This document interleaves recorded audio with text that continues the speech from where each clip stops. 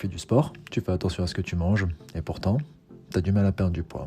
Depuis des mois, peut-être des années. Ce n'est pas un manque d'effort, ce n'est pas la génétique, et ce n'est pas parce que tu es trop vieux. C'est parce que personne ne t'a expliqué les 4 vraies raisons qui bloquent ta perte de poids. Et c'est exactement ce qu'on va faire aujourd'hui. Dans cette vidéo, je te donne les 4 raisons précises pour lesquelles tu ne perds pas ton ventre et ce que tu peux faire concrètement pour chacune d'elles. Reste jusqu'à la fin. La raison numéro 4 est celle que presque tout le monde ignore. Première raison, tu n'es pas en déficit calorique. Je sais ce que tu penses. Tu manges sain, tu évites le sucre, les plats industriels, les fast-food. Mais manger sain et manger en déficit, ce sont deux choses complètement différentes. Pour perdre du gras, n'importe quel gras, y compris le ventre, ton corps doit dépenser plus d'énergie qu'il n'en reçoit. C'est la base, et c'est incontournable. Le problème, c'est que la majorité des hommes qui mangent bien consomment quand même autour de leur maintenance, parfois même au-dessus sans s'en rendre compte. Les sauces, les huiles, les fruits secs, les petites choses qui s'accumulent. La solution concrète commence par estimer ta dépense journalière. Un homme de 80 kg, avec une activité modérée, dépense environ 2400 kcal par jour. Vise entre 300 à 500 kcal en dessous, pas plus.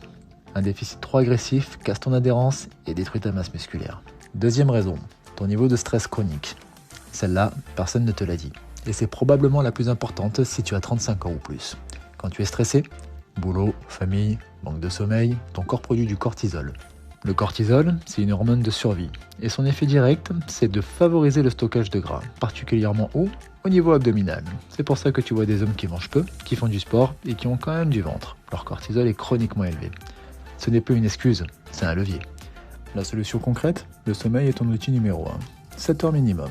Chaque heure de sommeil en moins augmente ton cortisol, ce qui va avoir pour effet d'augmenter le stockage de ta graisse abdominale. Ajoute 10 minutes de marche le matin, pas pour brûler les calories, juste pour réguler ton système nerveux. Troisième raison, tu ne manges pas assez de protéines. C'est probablement la variable nutritionnelle la plus sous-estimée pour la perte de gras, et surtout c'est la plus simple à corriger. Voilà ce qui se passe quand tu es en déficit calorique sans manger suffisamment de protéines. Ton corps, en manque d'énergie, commence à puiser dans ta masse musculaire. Tu perds du poids sur la balance, mais c'est du muscle, pas du gras. Et tu te retrouves avec le même ventre, mais un corps plus mou. Les protéines font 3 choses essentielles en phase de perte de gras. 1. Elles protègent ta masse musculaire pendant le déficit. 2. Elles rassasient, beaucoup plus que les glucides ou les lipides. Tu as moins faim. 3. Elles augmentent légèrement ta dépense énergétique car elles sont plus difficiles à digérer. La règle concrète vise entre 1,6 à 2,2 g de protéines par kilo de poids de corps. Pour exemple, pour atteindre ça, ça peut être 2 œufs au petit déjeuner, 150 g de blanc de poulet le midi, 150 g de saumon ou de thon le soir, complète avec du fromage blanc ou des flocons d'avoine. C'est simple, c'est accessible et ça change tout. Quatrième raison, et c'est celle que presque personne ne t'explique. Tu n'as pas de structure, pas de cadre, pas de système. Tu te motives le matin, tu manges bien 3 jours, tu t'entraînes quand tu peux, et le week-end tu te relâches, parce que tu mérites une pause. Ce n'est pas un manque de volonté, c'est un manque de méthode.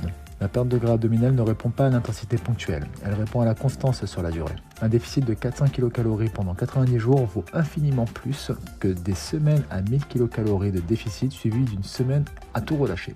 La vraie question n'est pas « est-ce que je travaille assez dur ?» La vraie question c'est « est-ce que j'ai un cadre que je peux tenir sur 3 mois ou même à vie ?» 3 entraînements par semaine, un objectif protéines quotidien, un déficit modéré et tenable, c'est tout, pas besoin de plus. La structure est supérieure à la motivation. Toujours. Récapitulons, si ton ventre ne bouge pas, c'est probablement pour une ou plusieurs de ces 4 raisons. 1. Tu n'es pas en déficit calorique réel, pas parce que tu manges mal, mais parce que personne ne t'a aidé à calibrer. 2. Ton niveau de stress et ton manque de sommeil maintiennent un cortisol élevé qui favorise le stockage abdominal. 3. Tu ne manges pas assez de protéines, donc tu perds du muscle au lieu de perdre du gras. 4. Tu manques de structure, pas d'effort, mais de cadre. Ces 4 problèmes ont une solution commune, un système simple, clair, que tu peux tenir dans ta vie réelle. Pas un régime, pas un programme d'entraînement de compétiteur, un cadre. Si tu veux un point de départ concret, j'ai créé un plan gratuit de 7 jours, spécialement pour ça. Le lien est en description. Tu télécharges, tu appliques, tu vois ce que ça donne.